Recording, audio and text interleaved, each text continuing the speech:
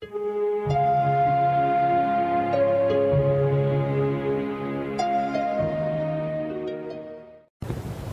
children were very good berry pickers, as you must have gathered from my blueberry stories. Another berry was the tiny wild strawberry, which could be found in the hayfields near the fences and on some hills. We had one such hill we referred to as Strawberry Hill. I wonder if it is still growing strawberries as it did when we were kids. This hill was located in our woods. The berry plants being only about 2 inches tall because they didn't have to struggle for sunshine as did the ones in the fields, which grew even a foot tall. We had to squat down to pick these little teeny-weeny berries on the hills because they were so tiny, and we loved to eat them as we were picking.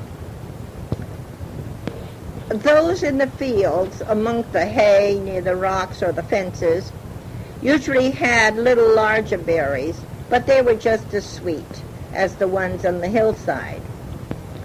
My mother used to make a most delicious creamed strawberry soup, which we enjoyed immensely. Sometimes my dad scolded us very soundly for tramping down the hay in the fields while looking for the berries. But we did it anyway when he wasn't around. You see, when it came time to cut the hay with the mowing machine and it was trampled down, it wouldn't cut quite right. There was also a sour grass which we picked in the fields. This my mother used in making beet soup, served with cream. So many of our dishes were served with cream. In reality, we had 2 strawberry hills. Remember my saying that, in reference to the cherry trees, that there was a flat surface between 2 hills? You remember that? Well, in back of where the cherry trees grew was a swamp which continued on to the strawberry hill. This flat surface was a road starting at the town road, Rattlesnake Ledge, continuing through Ditko's property, then through ours onto Morgan's property, and then on through other properties and on to Colchester, I believe.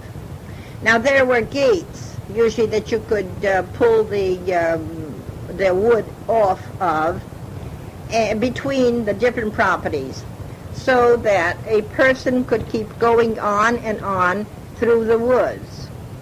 That was, in all probability, the road used by the long-ago owners of the house whose remnants remained deep in our woods. The Strawberry Hills were divided by this road, which now was used for all the trips into the woods. There was a spring bubbling from under the upper hill, as I called it, where we used to stoop down and scoop up the water with our hands to drink when we were thirsty. It hardly ever froze over.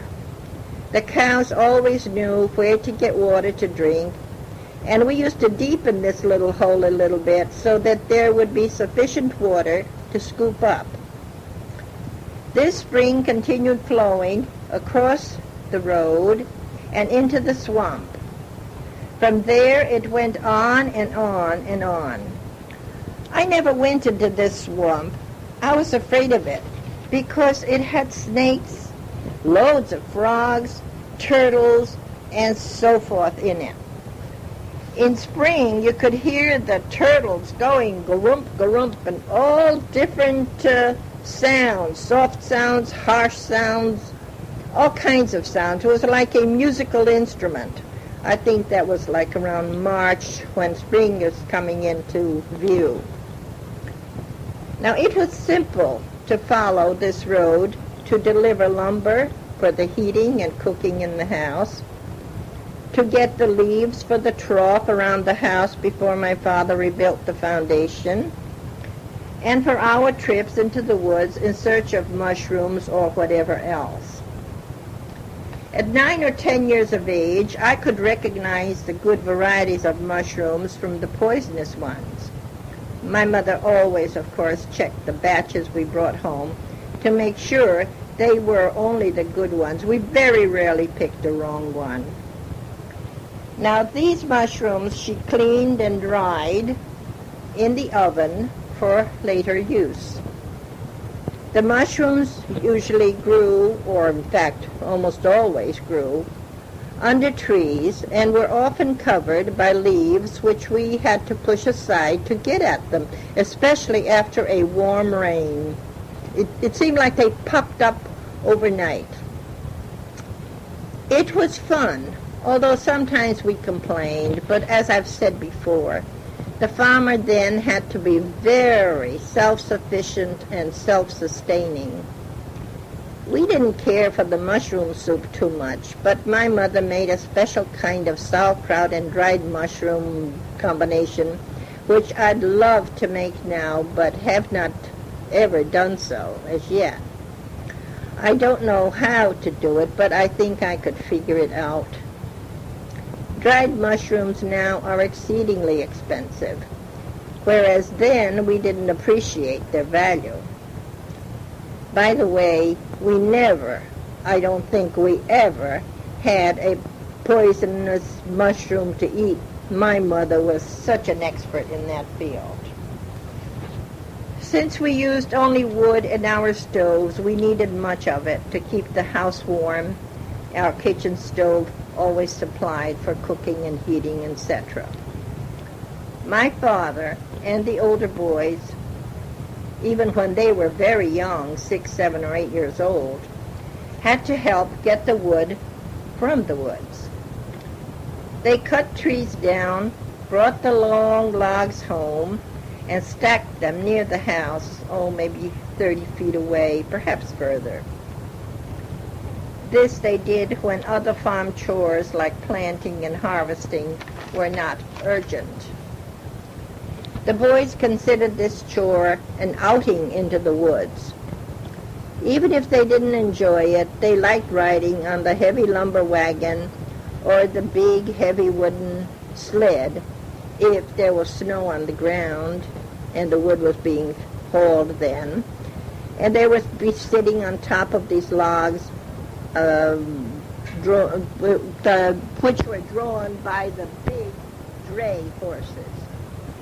Usually every farmer had several horses, work horses, and then the lighter, quicker type of horse for driving a buggy or a small wagon into town or going to church or plain going visiting.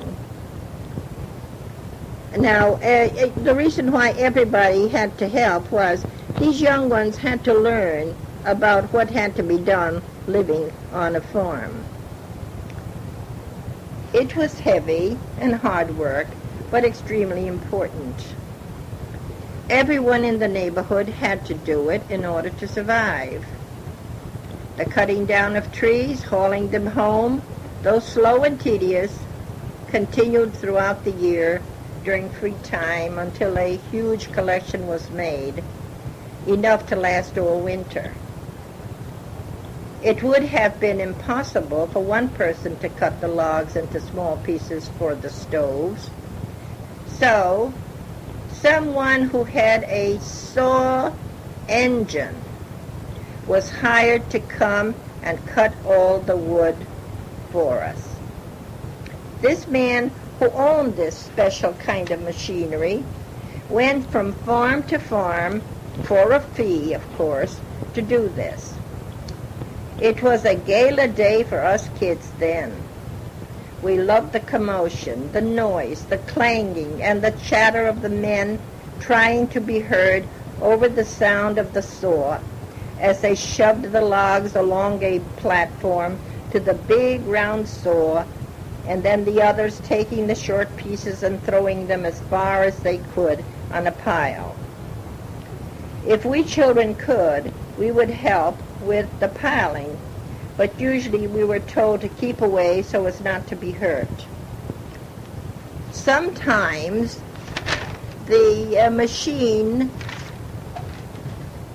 the man with the machine had to stay longer than one day in order to finish the job.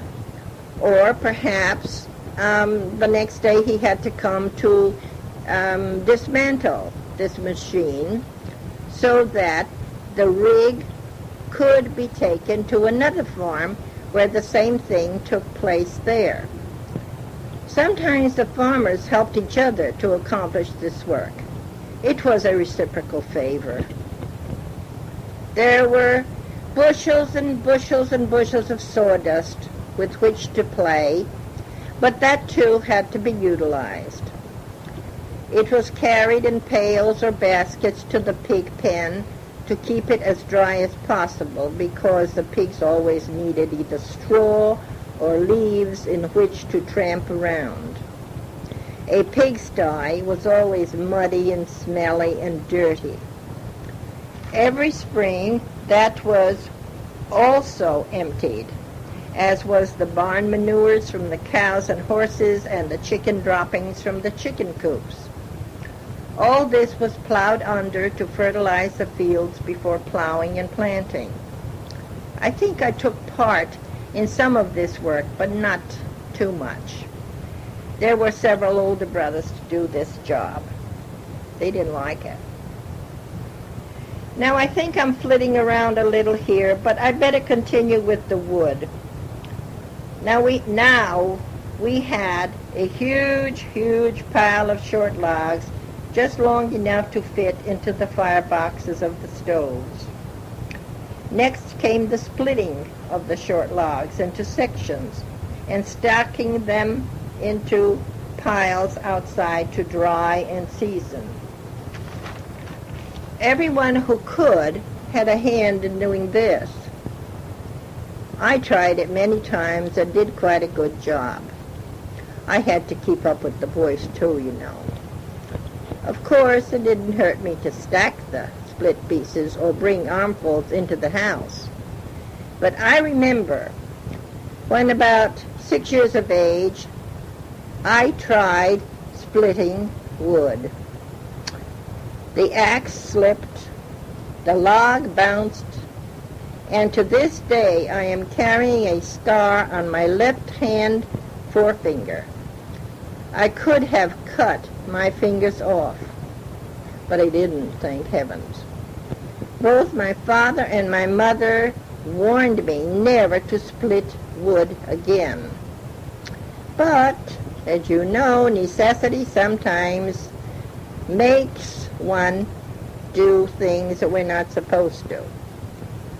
When I taught school in Hebron, there were times when I had to make kindling wood for the fire in the stove of my classroom. The parlor stove in our house usually could accommodate heavy pieces, many of which weren't even split. And the school stove also accommodated short, large logs. At times, during the winter, the men in the families cut trees down for the following winter. These logs remained as cordwood and seasoned for months and months. In order to raise money, my father sold cordwood to people in Norwich because they also burnt wood in the city, as well as coal. A cord of wood was 8 feet long, 4 feet wide, and I believe 4 feet high. My father got about $7 or $8, perhaps only $6 for a cord of wood which he had to deliver to the city. But, you know, he always gave them a little bit extra, a little more than a cord